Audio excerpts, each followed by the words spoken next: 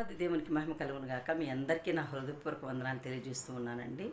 ముఖ్యంగా ఈ దినమున మరి ఒక చిన్న సాక్ష్యం చెప్పాలని చాలా ఆశపడుతూ ఉన్నాను. ఇవాళ టీచర్స్ డే కదా. మరి అందరి నిమిత్తం మేము మొట్టమొదటిగా దేవాది దేవునికి వందనాలు చెల్లిస్తూ ఉన్నాను. అదేవిధంగా నా తల్లిదండ్రులు ఇద్దరికీ నమస్కారం చేసుకుంటున్నాను. నా తల్లిదండ్రులు ఇద్దరు లేకపోతే మనం లేం కదా, మన తల్లిదండ్రులు లేకపోతే మనం లేం కదా. కాబట్టి మా తల్లిదండ్రులు వృత్తిరీత్యా ఉపాధ్యాయులే, ప్లస్ పాస్టర్స్గా కూడా వాళ్ళు పనిచేశారు. మరి సిఎస్ఐలో వాళ్ళు టీచర్స్ వాళ్ళే, ఆరాధనలు నడిపేవి కూడా వాళ్ళే. అయితే చర్చిల్లో అయితే నెలకొకసారి వచ్చేవాడు పాస్టర్ గారు. అప్పుడు ఆ దినాలలో ఇప్పుడైతే రెగ్యులర్గా ఉంటున్నారు అనుకోండి. దేవునికి స్తోత్రం కలుగును గాక. ముఖ్యంగా నా తల్లిదండ్రులు చేసిన వృత్తి ఆ ఇద్దరు టీచర్లు ప్రీచర్లు అంటాను.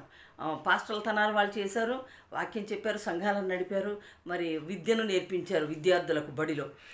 అదేవిధంగా వాళ్ళిద్దరికున్న ఇద్దరికున్న తలాంతులు నా ఒక్కదానికి ఇచ్చాడు దేవుడు. దేవాది దేవునికి స్తోత్రం కలుగును గాక. నేను 1985వ సంవత్సరం 83-84లో నాకు ఇంటర్మీడియట్ తర్వాత టీచర్ ట్రైనింగ్ చేశానండి నేను ఎస్జిబిటి. ఆ టీచర్ ట్రైనింగ్ అయిన తర్వాత 85వ సంవత్సరం నుంచి 1985వ సంవత్సరం నుంచి నేను టీచింగ్ మొదలుపెట్టాను. టీచింగ్ చేయటం, ఆ టీచింగ్ ఇప్పటి వరకు కూడా నేను టీచర్గానే పనిచేస్తూ ఉన్నాను. అంటే స్కూల్లో కాదండి, స్కూల్లో చాలా 25 సంవత్సరాలు టీచర్గా చేస్తూనే ప్రైవేట్ స్కూల్స్ అవి, ప్రైవేట్ కాన్వెంట్ హై స్కూల్ టీచర్ని, MA BEd చేశాను చెప్పాను కదా. నాది ఆఫ్టర్ మై ఇంటర్మీడియట్ అయిన తర్వాత నేను టీచర్ ట్రైనింగ్ చేశాను. తర్వాత కుట్టు టీచర్ ట్రైనింగ్ చేశాను. తర్వాత MA చదివాను, BEd చేశాను. దేవునికి స్తోత్రం కలుగును గాక. దేవుడిచ్చిన నా తల్లి కృషి అండి ఇదంతా, నాదేం కాదు, నా సొంతదేం కాదు. కాబట్టి సాక్ష్యం ఏంటంటే 85 నుంచి టీచింగ్ మొదలుపెట్టి ఈ సంవత్సరం వరకు కూడా మరి స్కూల్లో టీచింగ్ మానేసినా అయిపోయింది చేయలేక ఇప్పుడు బైబిల్ టీచింగ్లోనే ఉన్నాను.